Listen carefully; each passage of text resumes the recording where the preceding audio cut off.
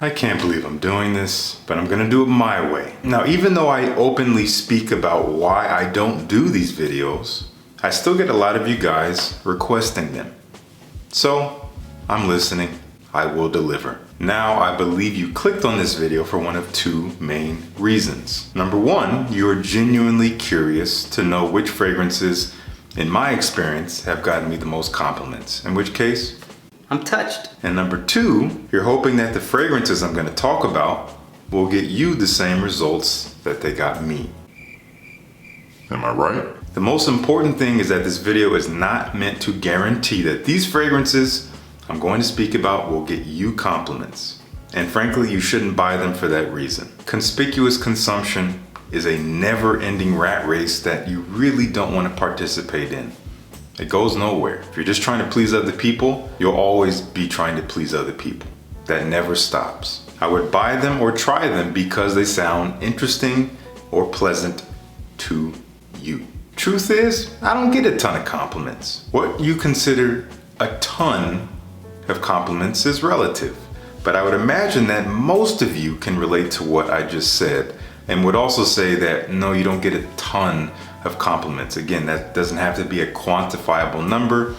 I think you just know. I don't love these fragrances I'm going to speak about because they get me compliments. I love them because they smell anywhere from great to amazing to me. I would wear them even if no one said anything. So let's dive right into it. For some of these fragrances, there's going to be maybe a little story attached, but most of them, I can't remember exactly what the compliments were. I just know that I've had people asking me about them from time to time. First one up here is from Zaharoff. This is called Signature Royale X. I distinctly remember getting a compliment on this fragrance this past summer, several months ago. I put on maybe 7 sprays. I walked into a grocery store, and as I was checking out, the cashier, before I even truly approached her, was like, wow. What are you wearing? That smells really good. What is that? I told her what it was. Of course, she didn't know what the heck it was, but I told her where she could get it. This stuff is kind of polarizing. It's a very, very musky scent. A little bit of citrus, a little bit of woods, but a lot of musk in a bit of a sensual way. Either you're gonna love it or you're gonna hate it. It doesn't come off as this overbearing scent. It does have an ethereal feel to it, but it is noticeable when you do spray fairly heavy. So that's one compliment for this fragrance. And to be real, most of these fragrances I'll be speaking about, I only got one notable compliment from. But again, I think you can relate to that. This next one up here, this is from Fragrance Du Bois. I do remember getting a compliment on this last fall. I just did an updated vlog, which was so much work, but so much fun. You can check that out here. Last year, I wore this to a gig, and a woman there, as I walked in, said, "Oh my gosh, and you smell amazing." I was just greeting her, and that came with the greeting. This is called Sarah, also known as Sarah Oud, from Fragrance Du Bois. Not a fragrance I would go out and blind buy. If you saw the price of a full bottle, you'll know why. But it smells wonderful. This is super high quality. It smells like it's expensive. And it is. Rose and oud, a bit of this jammy, sweet rosiness with a slightly medicinal woody oud. It's very soft and wispy, but there is core here. And it has a bit of this almost cotton candy-like sweetness that envelops it.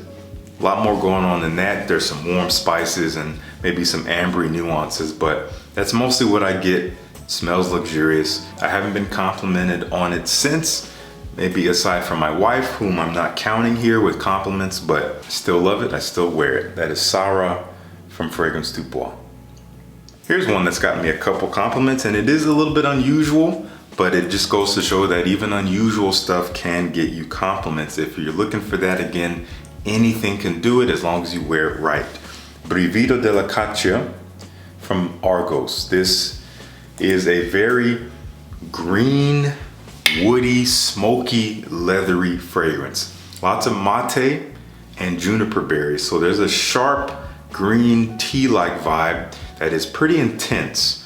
And it is made pretty smoky with birchwood, lots of leather in the background, and a touch of a creamy, smooth sweetness from some tonka bean in the dry down. I think it smells wonderful. Again, a little bit unusual, but I've worn it a couple different ways, both casually and a little bit more formal, and It's gotten me some good feedback, even from something that not everyone's gonna love. I didn't spray heavy. I think that was the key. It's pretty strong, so it wasn't overwhelming. That is Brivido della Caccia. We have a designer fragrance here. This one has gotten me several compliments in passing. I remember getting one in an elevator. I remember getting one maybe in a grocery store aisle. I don't remember all the compliments. I tend to wear it pretty casually because it suits that. This is Dior Homme 2020. This is one I really, really love for a designer. I don't know why. It does come off as a pretty simple fragrance, but without being basic. What do I mean by that? It doesn't smell like everything out there that's trying to be mass appealing. There's a little bit of a different twist on it. No real sweetness here, which is a little bit surprising for a modern men's designer. Mostly citrusy woods, a little bit of a warm, musky tone in there. Something sexy about it, even though it is fairly casual, but it's super versatile. It will hang in the air a bit and it's gonna get people's attention in a nice way. You're just gonna smell clean, but a little bit interesting, perhaps. Anyway, that's another one, Dior Homme 2020. We have one of my all-time fragrance DNAs, period. And yes, it's gotten me some good feedback, even from Grace's sister, Gabri. If you know Gabri on this channel, you'll know that she is hard to please when it comes to fragrances, but when she finds something she loves, she really hones in on that. This is one of them that she loves, and there's another one on this list that she also loves, not only on me, but also she wears it herself. This is Oligarch from Royale Parfum. And this is the Parfum version, which is the newest rendition. It came out last year. Unfortunately, it's currently unavailable, but I've heard rumors that it will be coming back, possibly renamed, but I've heard that it should be coming back to the market. And if it does, I will let you know. And in which case, Oligarch will become a bit of a collector's item, but I'm sure it'll be the same scent, hopefully. This is citrusy, fruity, bright, woody. There's a little bit of this almost green medicinal quality I get. I can't really explain it. It's almost like a eucalyptus, but mainly at first spray and mainly up close. But in the air, it does have this mostly bright, tart, citrusy, slightly apple fruitiness with these kind of musky, ambery woods hanging around in the base. A very rich fragrance, kind of regal smelling, but still pretty versatile. And yes, gotten me some good feedback when I've worn it, a little bit more upscale. It simply smells amazing. Great quality and a great profile if you want something easy to wear, but definitely luxurious. Royale Parfum's Oligarch. Hopefully it comes back. We'll see. All right, over the years, this has easily been one of my most complimented fragrances. It is a clone. The fragrance it's cloning has gotten me a lot of compliments too, but mostly from men. You might already know what I'm talking about. Whereas the clone here has gotten me almost exclusively compliments from women, maybe a couple guys here and there. It's funny how that works. This is from Parfums Vintage. This is called Emperor. This is the Eau de Parfum. I believe it's still available. Maybe one of their best sellers. It is a sweeter, fruitier, muskier take on the Creed Vintage DNA. More pineapple here, quite juicy, a bit more vanilla in the dry down, and a nice muskiness that gives it a bit of a sexy vibe in the air. Again, I've gotten a lot of compliments on this from women in passing over the years. I don't wear it that much anymore, but I still enjoy it. I actually took it with me to England and wore it a few times while I was traveling, just for old time's sake, and I enjoyed it. For me, no compliments there, but again, I don't wear these for that reason. Just a bonus when it comes. That is Emperor Eau de Parfum. At the top of the list, I am reserving more of my most complimented fragrances with a very slight exception, which you'll see in a second here. From Parfum de Marly, my filthy bottle that I've had for years of Leighton. This one is one of my top compliment getters. I get why. It has a bit of a designer appeal. It has an easygoing appeal. It has some elements that when smelled in the air are really attention grabbing. A pretty robust spiciness, freshness, and sweetness. Those elements working together kind of make for an easy to please DNA that even the average person is going to be asking about. And it has a good presence, so it's easily detectable. A great formula for a compliment getting fragrance if you're looking for that, but I hope you'd wear it because you love it. I've always enjoyed this DNA. I shy away from it these days because I used to wear it a ton. For a while, it was my most worn fragrance, And for that reason, it's like I gotta change it up. So it kind of sits on the shelf these days, but I can't deny it's a great smelling scent. I do enjoy it when I wear it, and it has gotten me a lot of positive feedback, which always feels good. I don't mean to pass the message that I don't care about compliments, I reject them, they do nothing for me. No, I'm a human just like you. When you get one, it feels good, it feels affirming. But at the beginning of the day, when I spray on my fragrance, that is not my drive. I'm spraying what I want to smell like because I want to wear what I love. That is Leighton from Parfum de Marly. All right, at the top spot, we have a bit of a tie. One of them is definitely the winner out of these, but I'm tying them together because they are related to each other.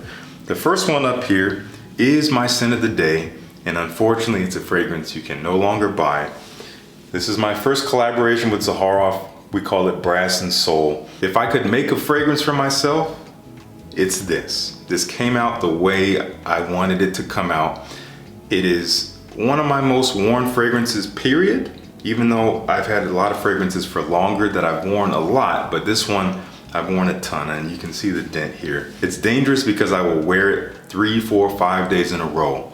And I don't really do that with any fragrances. I can't get enough of it. It's kind of addictive. I'm not really gonna talk about it because you can't get it anymore. I feel like it would just be more of a tease, but instead we're gonna talk about its flanker. And its flanker is one that was just released. It's available for pre-order at the time I am filming this video, but maybe later on if you're watching this, it will be available for just regular purchase where it can be shipped to you right away.